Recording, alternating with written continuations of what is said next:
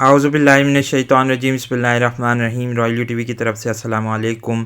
Royal you TV एक दफ़ा फिर आपकी खिदमत में हाजिर है। आज की वीडियो में हम पाकिस्तान की सरहदों पर जो जंगों के बादल मंडला रहे हैं उसको सूरह आराफ और सूरह ज़ुखरुफ की आयात की रोशनी में उस पर एक तज़किया पेश करेंगे, वजाहत करने की कोशिश करेंगे कि वो क्या हालात व वाक़यात पाकिस्तान को दरपेश हो सकते हैं, जिससे निमटना पूरी कौम के लिए एक बड़ी इम्तिहान साबित होगा। इसके अलावा पाकिस्तान की किन रियासतों में तकसीम हो सकती है, वो कौन से अवामिल हो सकते हैं, वजूहात हो सकती हैं जिनकी बुनियाद पर पाकिस्तान की तकसीम हो सकती है। इसके अलावा ग्रेटर पंजाब के मुतालिक एक छोटा सा तज़किया पेश किया जाएगा। आप लोगों से गुजारिश है कि हमारे चैनल को सब्सक्राइब करने के साथ साथ बेल आइकन को भी हिट करें और ताकि आप लोगों को हमारी वीडियोस के मुतालिक नोटिफिकेशन मिल सके। इस वक्त हमने पाकिस्तान के हालात पर 6 फरवरी सन 2020 को एक वीडियो बनाकर पेश की थी, जिसमें टिड्डी दल का इंडिया और पाकिस्तान पर हमला की बात की गई थी। इसको हमने सूरह आराफ की आयात की रोशनी में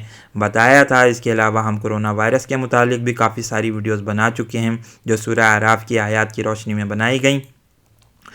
इसके अलावा हमने पाकिस्तान में बड़े सैलाब की आमद और सूरह आराफ में अल्लाह ताला की वार्निंग के नाम से 6 जुलाई को एक वीडियो बनाई थी। और फिर अब आप देख सकते हैं कि अगस्त और सितंबर के महीने में पाकिस्तान में एक बड़ा सैलाब आया है। अब इन्हीं आयात की रोशनी में हम ये वजाहत करने पर मजबूर हैं या एनालिसिस करने पर मजबूर हैं कि पाकिस्तान में अब एक बड़ी जंग जो है वो मंडला रही है। आइए इन आयात को पढ़ते हैं। हम वीडियो की तवालत के खौफ से पूरी आयात नहीं पढ़ेंगे, सिर्फ तर्जुमे पर इक्तफ़ा करेंगे ताकि आप लोगों को वो वजाहत हो सके, वो पॉइंट ऑफ व्यू मिल सके जिसकी बुनियाद पर हम ये बात कह रहे हैं। अगर हम इन आयत को पढ़ें, इस आयत को पढ़ें 132वीं आयत, आखिरकार हमने इन पर तूफ़ान भेजा, टिड्डी दल छोड़े, सुरसुरियाँ फैलाई, मेंढक निकाले और खून बरसाया। ये सब निशानियां अलग अलग करके दिखाईं, मगर वो सरकशी किए चले गए और वो बड़े ही मुजरिम लोग थे। जब कभी इन पर बला नाजिल हो जाती तो कहते कि ए मूसा, तू अपने रब की तरफ से जो तुझे मनसब हासिल है इसकी बिना पर हमारे हक़ में दुआ कर। अब अगर इसके बदले तो हमसे ये बला टलवा दे तो हम तेरी बात मान लेंगे और बनी इसराइल को तेरे साथ भेज देंगे। मगर जब हम इन पर से अपना अजाब एक वक्त मुकर्रर के लिए, जिसको वह बहरहाल पहुँचने वाले थे, हटा लेते थे तो वो यकलख्त अपने अहद से फिर जाते। तब हमने उनसे इंतकाम लिया और इन्हें समंदर में गर्क कर दिया, क्योंकि उन्होंने हमारी निशानियों को झुटलाया था और इनसे बेपरवाह हो गए थे। अब अगर इन आयत को हम पढ़ें जो 132 से 135 तक हैं, तो 132वीं आयत में 5 निशानियों की बात की गई। आखिरकार हमने इन पर तूफ़ान भेजा, टिड्डी दिल छोड़े, सुरसुरियाँ फैलाई, मेंढक निकाले और खून बरसाया। यहाँ पर खून बरसाया के हवाले से बाइबल में जो उसके एक्सोडस का जो बाप है उसमें उन्होंने तकरीबन 10 निशानियों का जिक्र किया है, जिसमें खून की भी बात कही गई है। लेकिन अगर हम इन बाइबल के इस बयान को पढ़ें तो हमें साफ महसूस होता है कि इस ज़मीन में बहुत ज़्यादा एग्जैजरेशन की गई है खून के मामले में, जो कि प्लेग ऑफ ब्लड का कहलाती है। अगर हम बाइबल को पढ़ें तो इस ज़मीन में बहुत ही ज़्यादा कुछ गपबाजी का जो तामुल है, जो यानी हमें नज़र आता है उनसे वो ज़्यादा है।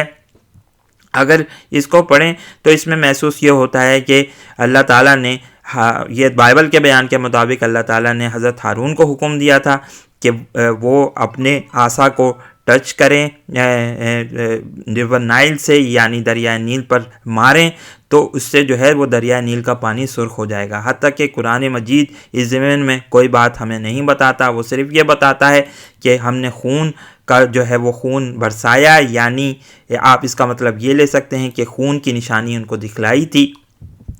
अब इस ज़मीन में अगर तारीख़ में जाएं तो हमें सबसे पहले ये तहकीक ज़रूर करनी होगी कि वो कौन सा फ़िरौन था जिसके ज़माने में ये तमाम के तमाम वाक़यात पेश आए। इसको हम कोशिश करते हैं कि इख्तिसार के साथ बयान करने की कोशिश करें, क्योंकि इस ज़मीन में बहुत सारी बातें की गई हैं।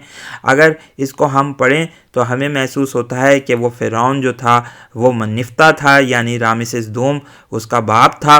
उसके ज़माने में ये वाक़यात पेश आए, जैसा कि डॉक्टर मॉरिस बुकाई ने भी अपनी तहकीक में ये वजाहत करने की कोशिश की है। जो उन्होंने किताब लिखी है बाइबल, कुरान और साइंस, बहुत ही मशहूर किताब, इन्होंने इस्लाम कबूल कर लिया था। इस किताब का अंग्रेज़ी तर्जुमा हम आपको दिखाएंगे। साथ ही साथ ख्वाजा हसन निज़ामी ने भी ये बात कही है अपनी किताब तारीख़ फ़िरौन में कि वो मन्निफ्ता नाम का जो था फ़िरौन, उसी के ज़माने में ये वाक़यात पेश आए, वही वो था जो दरिया नील में डूबा था।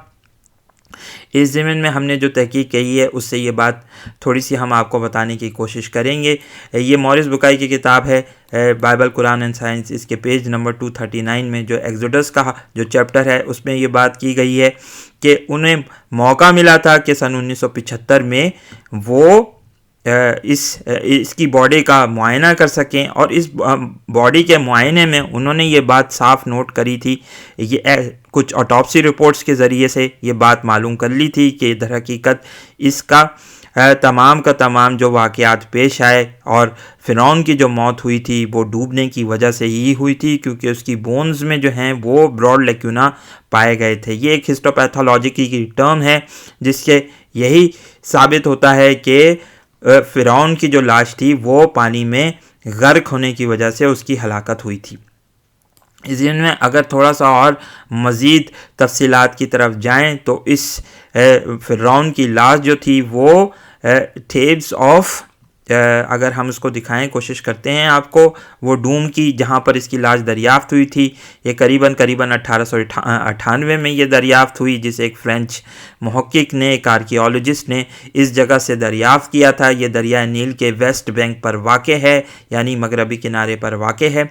यहाँ से उसकी लाश को सन 1975 में मॉरिस बुकाई ने मुआयना किया था और ये बात साबित करी थी कि दर हकीकत ये वही फ़िरौन है जिसके ज़माने में ये वाक़यात पेश आए थे। अगर हम इस ज़मीन में और पढ़ें तो इस फ़िरौन के ज़माने का एक कुतबा दरियाफ़्त हुआ है। अगर हम देखें इसको कोशिश करके मज़ीद बड़ा करें तो इसमें बहुत सारी बातें की गई हैं, लेकिन एक बात बहुत ही दिलचस्प है कि इसके ज़माने में एक बहुत बड़ी जंग बुनियादी तौर पर मिस्र को सामना करना पड़ा था। ये अल्लाह ताला की उन निशानियों में से एक थी जिसका ज़िक्र यहाँ पर हुआ।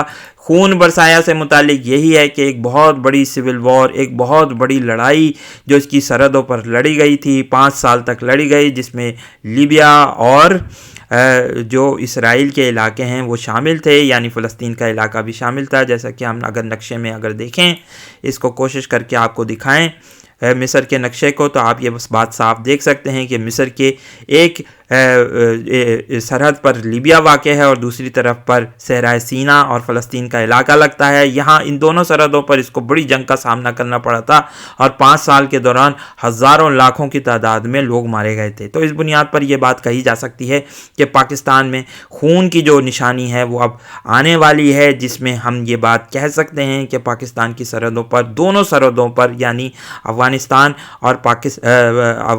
और इंडिया के दोनों सरहदों पर जो है वो एक बड़ी जंग पाकिस्तान में मुलविस की जा सकती है, पाकिस्तान पर मुसल्लत की जा सकती है। और ये बात भी हम देख रहे हैं इंडिया और चाइना के तनाज़ुर में कि एक बड़ी जंग हमारे दरवाज़ों पर दस्तक दे रही है। आइए अब सूरह ज़ुख़रुफ़ की आयत को पढ़ते हैं, उसमें क्या लिखा है और हमें क्या करना चाहिए, क्योंकि सूरह ज़ुख़रुफ़ की वो आयत हैं जो हमें ये बताते हैं कि इस मामले में हमें वो कौन सा जो है वलाए अमल इख्तियार करना होगा जिसकी वजह से हम ये कोशिश कर सकते हैं कि इस बड़े अज़ाब से जो इस वक्त हमारे मुल्क पर नाजिल हो रहा है, जो बलाएँ नाजिल हो रही हैं, जो फितने आ रहे हैं, उनसे हमें निजात मिल सके। हमने मूसा को, ये जो बाब है ये तकरीबन आयत नंबर 45 से शुरू होता है और 56 तक रहता है, करीबन 11 आयत इसमें हैं। आइए हम पढ़ते हैं। हमने मूसा को अपनी निशानियों के साथ फ़िरौन और इसके आयान सल्तनत के पास भेजा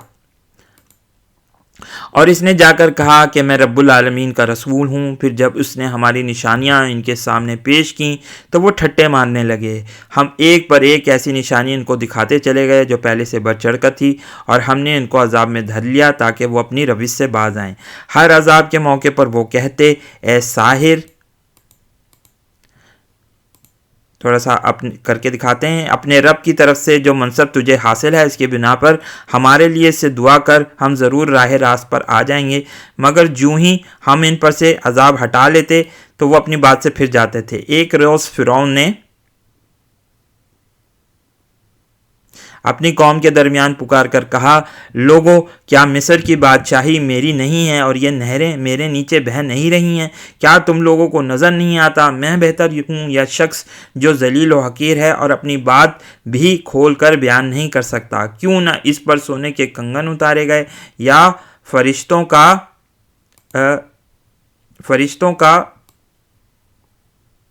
تھوڑا سا نیچے کرتے ہیں، ایک دستہ اس کی اردلی میں نہ آیا۔ اس نے اپنی قوم کو ہلکا سمجھا اور انہوں نے اس کی اطاعت کی، اور حقیقتاً وہ تھے ہی فاسق لوگ۔ آخرکار جب ہم نے انہوں نے ہمیں غضبناک کر دیا تو ہم نے ان سے انتقام لیا اور ان کو اکٹھا غرق کر دیا اور بات والوں کے لیے پیشرو اور نمونہ عبرت بنا کر رکھ دیا۔ اگر ہم غور کریں اس میں تو بہت ہی خوبصورت آیات، بہت ہی شاندار انداز میں اللہ تعالیٰ نے بیان کیا ہے ان واقعات کو جو اس وقت پاکستانی قوم کے سامنے بھی درپیش ہے۔ ہم لوگ جمہوریت کے متعلق یہ باتیں کرتے رہے ہیں اور یہ بات ہم اپنی دیگر ویڈیوز میں کہہ چکے ہیں کہ جمہوریت بھی در حقیقت اسی فرعون کا ایک نظام ہے۔ اگر ہم نے کوشش کر کے اس نظام سے نجات حاصل نہیں کری، جیسا کہ قرآن مجید میں بھی ان آیات میں بیان ہوا ہے کہ فرعون بھی بار بار ان لوگوں کو کہتا تھا کہ یہ میرا نظام ہی ہے، بہت ہی قوت والا ہے، بہت ہی شاندار ہے اور اسی کی وجہ سے تمہاری نجات ممکن ہے۔ ہمارے سیاسی لیڈران بھی آج یہی بات کرتے ہوئے نظر آتے ہیں۔ ہمیں کوشش یہ کی جانی چاہیے کہ اس جمہوریت سے اپنا پیچھا چھڑائیں اور کوشش کر کے اللہ تعالیٰ کا نظام اپنے ملک میں نافذ کریں۔ ایٹ لیسٹ یہ ضرور ہم کر سکتے ہیں کہ کچھ قوانین کو بدل سکتے ہیں جس میں سود کا نظام شامل ہے۔ اگر کوشش کر کے ہم ان تمام چیزوں سے نجات حاصل کر لیں تو ہم پر یہ شاید جو اس جنگ کا مسلط کیا جانا ہوگا، ہماری قیادت ان تمام واقعات سے، ان بڑے بڑے جو بلاؤں سے، فتنوں سے بچ سکتی ہے۔ اللہ تعالیٰ سے یہی دعا ہے کہ ہماری قوم کے جو لوگ ہیں وہ اس چیز کو سمجھیں اور اب بھی کوشش کر کے وہ راہ ہدایت پر چلنے کی کوشش کریں، کیونکہ یہاں پر ان آیات کو اگر ہم پڑھیں تو بار بار یہ بات ہم پر واضح ہوتی ہے کہ یہ نشانیاں ہم پر آ رہی ہیں۔ اسی طریقے سے جیسا کہ فرعون کی قوم پر نازل ہوئی تھیں، اب کوشش یہ ہماری ہوگی کہ اللہ کرے کہ پاکستان ان چیزوں کو سمجھ سکے، ورنہ پاکستان کی تقسیم جو ہے وہ نوشتہ دیوار ثابت ہوگی اور پاکستان کئی ریاستوں میں تقسیم ہو جائے گا۔ جیسا کہ ضمن میں ہم یہ بات جانتے ہیں کہ گریٹر پنجاب کی ضمن میں کافی باتیں اس وقت ہو رہی ہیں، خاص طور پر ہمارے کچھ دانشورین جن میں آفتاب اقبال در سر فہرست ہیں، وہ یہ بات کہہ رہے ہیں کہ سن 1947 میں جو تقسیم ہوئی تھی اس میں سب سے زیادہ نقصان پنجاب کو ہوا تھا۔ یہ آپ نقشے میں دیکھ سکتے ہیں، ویسٹ پنجاب کو اور ایسٹ پنجاب کو یہاں دونوں کے درمیان ایک لکیر کھینچ دی گئی تھی جس کو ریڈ کلف نے کھینچا تھا۔ اگر یہ دونوں وہ لوگ پنجابی دانشورین اس وقت یہ بات کرتے ہوئے آپ کو ملیں گے کہ اگر یہ جو ہے وہ نقشہ دور کر دیا جائے، اس لائن کو مٹا دیا جائے تو ایک بہت بڑا ملک وجود میں آ سکتا ہے جس کو ہم ایک بہت خوبصورت انداز میں چلا سکتے ہیں، گریٹر پنجاب کو چلا سکتے ہیں۔ انشاءاللہ ہم اس پر متعلق مزید آپ کو معلومات فراہم کرنے کی کوشش کریں گے کہ گریٹر پنجاب کے بننے کی صورت میں پنجاب کو کیا فوائد ہو سکتے ہیں اور اس میں کیا نقصانات اور مضمرات مسلمانوں کو پیش آئیں گے۔ بہرحال یہ فیصلہ جو ہے ہمارے ملک کی عوام نے ہی کرنا ہے۔ اس ضمن میں کافی سارے نقشے پیش بھی کیے جاتے ہیں، یہ آپ دیکھ سکتے ہیں جو ہم نے آپ کو دکھا رہے ہیں کہ آزاد بلوچستان، پنجابی دیش، خالستان، پشتونستان، کشمیرستان اور بلتستان کے حوالے سے اور سندھ دیش کے حوالے سے بات کی جاتی ہے۔ اگر ہم تھوڑا سا آخر میں بتائیں کہ 9/11 کے بعد پاکستان کے اوپر کافی زیادہ اکنامک پریشر آیا ہے، پاکستان کی ریاست آہستہ آہستہ اس جنگ میں سکن ہوتی چلی گئی اور اپنا بہت سارا نقصان کر چکی ہے۔ اس وقت قریباً $100 بلین کا نقصان ہمیں بتایا جاتا ہے، یا شاید $150 بلین کا ہے، لیکن کوalition سپورٹ فنڈ کی مد میں ہمیں قریباً صرف $15 سے $20 ہی موصول ہوئے تھے۔ تو اب دیکھتے ہیں کہ حالات کس طرف جا رہے ہیں، کیا رخ اختیار کرتے ہیں، یہ مستقبل کے واقعات بتائیں گے، لیکن ہم سورہ اعراف کی ان آیات کی روشنی میں اور سورہ زخرف کی آیات کی روشنی میں اپنا لاہ عمل متعین کر سکتے ہیں۔ پاکستان اگر چاہے، پاکستان کی عوام اگر چاہیں تو وہ اس زمین میں جو ہے وہ ایک مؤثر لاہ عمل اختیار کر کے ان مشکلات سے بچ سکتے ہیں۔ اس ویڈیو کو لائک کیجئے، شیئر کیجئے، دوستوں کے ساتھ ڈسکس کیجئے۔ بہت بہت شکریہ۔ السلام علیکم اور اللہ حافظ۔